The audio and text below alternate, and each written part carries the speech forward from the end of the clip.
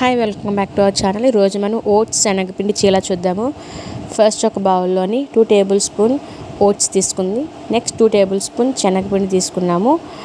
Next వచ్చేసి కొంచెం salt వేసుకుందాం, చిటికెడు, కొంచెం కారము అండ్ ఒక చిన్న ఆనియన్, బీట్రూట్ అండ్ క్యారెట్, చిన్న పచ్చిమిరపకాయ వేసుకున్నాను అండ్ కొంచెం కొత్తిమీర వేసుకొని వాటర్ వేసుకొని బాగా మిక్స్ చేసుకొని కొంచెం ఒక 2 minutes దాన్ని మనం పక్కన పెడదాము.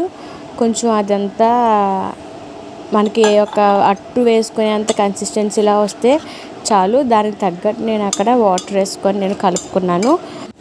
నెక్స్ట్ పెనం బాగా వెయిట్ చేసుకొని పెనం పైన జస్ట్ నార్మల్గా అదంతా అలా వేసిస్తే సరిపోతుంది. కొంచెం లైట్గా, చాలా తక్కువ ఆయిల్ వేసాను నేను.